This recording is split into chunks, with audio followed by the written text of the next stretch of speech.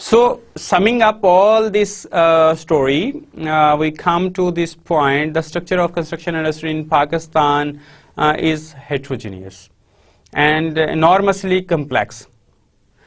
There are several major classifications of construction that differ distinctly from one another. That is housing, non-residential commercial buildings, highways, utilities, industrial construction, dams and canals, port and harbors, and list goes on.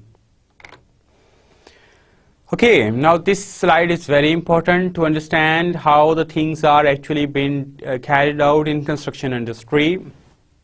And construction work is accomplished by contractors who vary widely in size and specialty.